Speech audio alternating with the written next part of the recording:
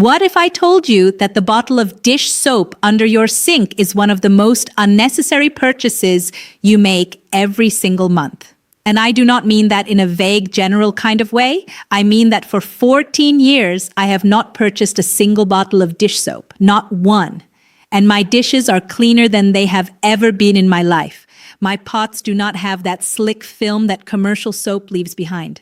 My glasses come out clear, and I spend exactly $0 on it. My name is Esther. I am Mennonite, and I keep house on a small farm outside of Lancaster County with my husband and our 4 children. We have been washing dishes this way since before my youngest was born. My mother washed dishes this way, her mother washed dishes this way, and the recipe has not changed because it has never needed to.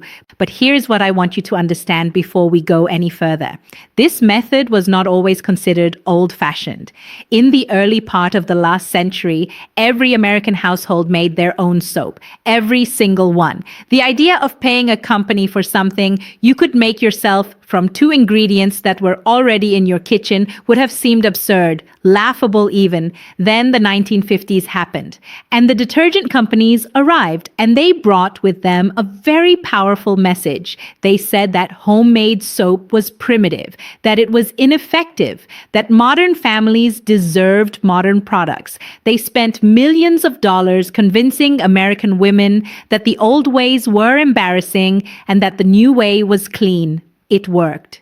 Within a generation, the knowledge was gone, not because the old method failed, because the new method was profitable. What I am going to share with you today is the exact recipe we use. I will tell you every ingredient, every measurement, every step. I will tell you what it costs, and I will tell you the honest truth about what it does not do, because I would rather you trust me than be impressed by me.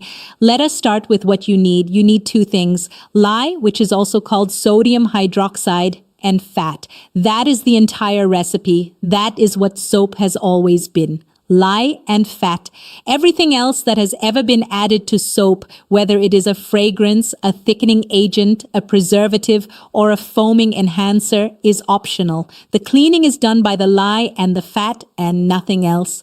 Now, I want to address something right away, because every time I explain this, someone gets nervous the moment they hear the word lye. Lye is a caustic substance. That is true. You should handle it with gloves, and you should keep it away from children. But here is the part that the detergent companies have used to frighten people for 70 years. Once lye combines with fat and goes through a process called saponification, the lye is completely neutralized. It is chemically transformed. There is no lye remaining in finished soap. None. What you are left with is soap. Just soap. Your great-grandmother knew this. She was not afraid of lye because she understood what it did and where it went. We forgot this because someone decided it was more profitable for us to forget it. Here is what you will need for 1 full batch. This batch makes enough dish soap to last your household 6 months. For most families, it lasts considerably longer. You need 13 ounces of pure sodium hydroxide. This is lye. You can find it in hardware stores, sometimes labeled as drain cleaner. Make sure the label says 100% sodium hydroxide and nothing else. You need 32 ounces of fat. We use a combination of beef tallow and lard. Tallow gives the bar hardness. Lard gives it a smooth, gentle lather. If you do not render your own, both are available at butcher shops and many grocery stores. Some families use coconut oil. Coconut oil produces a harder bar with more lather, but it can dry the hands over time. I prefer the tallow and lard combination because it is gentle enough to use twice a day without any discomfort. You need 12 ounces of cold water. That is the complete list. Now here is the process, exactly as we do it. Put on rubber gloves before you touch anything. Measure your water into a glass or stainless steel bowl. Do not use aluminum ever. Lye reacts with aluminum and will ruin the bowl and ruin the batch. Measure your lye separately. Then slowly pour the lye into the water, not the water into the lye. Always lye into water. Stir it gently. You will notice the water becomes very hot and releases a small amount of fume. Do this near an open window or outside. Set this aside to cool. It needs to come down to around 100 degrees Fahrenheit. While the lye solution cools, gently melt your fats together over low heat until they are fully liquid. Let them cool as well. You want both the lye solution and the melted fats to be roughly the same temperature before you combine them.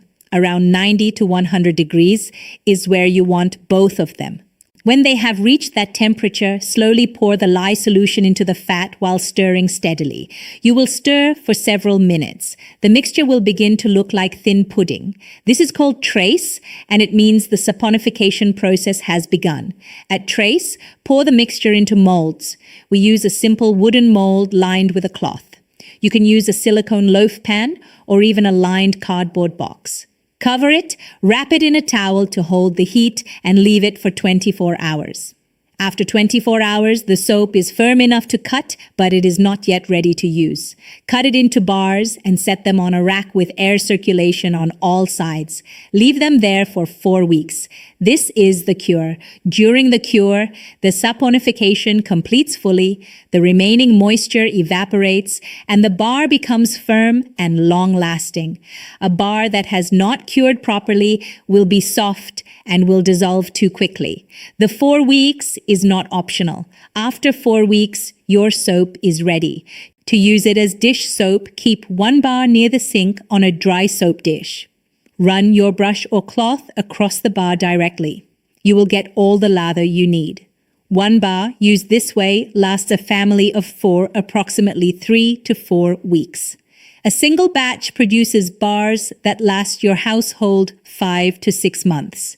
At current lye and fat prices, the cost of a full 6-month supply is between $3 and $5. Let me give you the honest part now. I promised you I would. This soap does not foam the way commercial dish soap foams. If you are expecting a sink full of bubbles, this will feel different. The cleaning is not happening because of the foam. Foam is cosmetic. Detergent companies added foaming agents to their products because consumers associated foam with clean. That association is not based on science. It is based on advertising. The soap works without the foam. Your dishes will be clean. But if you are emotionally attached to bubbles, I want you to know upfront that this will feel different. This soap also does not have the synthetic fragrance of commercial products. We add a small amount of rosemary essential oil to our batch for a mild scent. You can add lavender, peppermint, or nothing at all. The choice is entirely yours. And one more honest note, if your water is very hard, meaning it has a high mineral content, you may find that this soap leaves a slight residue on glassware. The solution is a rinse with diluted white vinegar. A half cup of white vinegar in a basin of rinse water removes any mineral deposit immediately and leaves glasses clear. This is what women in hard water regions did for generations before rinse aids existed, and it costs almost nothing. Now, I want to tell you something that modern research has confirmed because I think it matters. Commercial dish soaps contain a substance called sodium lauryl sulfate, which is the compound responsible for that heavy foam. Studies from food safety laboratories have shown that sodium lauryl sulfate leaves a thin residue on dishes even after rinsing. That residue has been shown to cause digestive irritation in some individuals when consumed in accumulated small amounts over time. Traditional soap made with fat and lye rinses completely clean. There is no residue. What you see on the dish after it dries is what is there, nothing invisible, nothing remaining. Your grandmother did not need a chemist to tell her this. She watched her family eat from those dishes every single day for decades, and everyone was fine. That observation was enough. Now the research agrees. The reason you were never taught this is not complicated. There is no profit in a recipe that costs $3 and lasts 6 months and requires no brand loyalty. There is nothing to sell you next month. There is no subscription. There is no upgrade. There is no loyalty program. The companies that replace this method are not evil. They are simply companies, and companies need you to keep buying things. You do not have to keep buying this one. This Saturday, I want you to do one thing. Look up sodium hydroxide at your local hardware store or order it online. Price it out. Then look at what you spent on dish soap last year. Do that math once. Do it slowly. And then decide for yourself whether what I have told you today is worth trying. If this video gave you something real, something you are going to actually use, hit the like button right now. Because this kind of knowledge takes time to research and to verify, and tells the system that practical, honest content deserves to be seen by more people. And drop a comment below telling me what year you were born. I want to know how many of you had a grandmother who still did this, because I suspect more of you than you realize grew up in a house where this was simply what soap was. We are just getting started.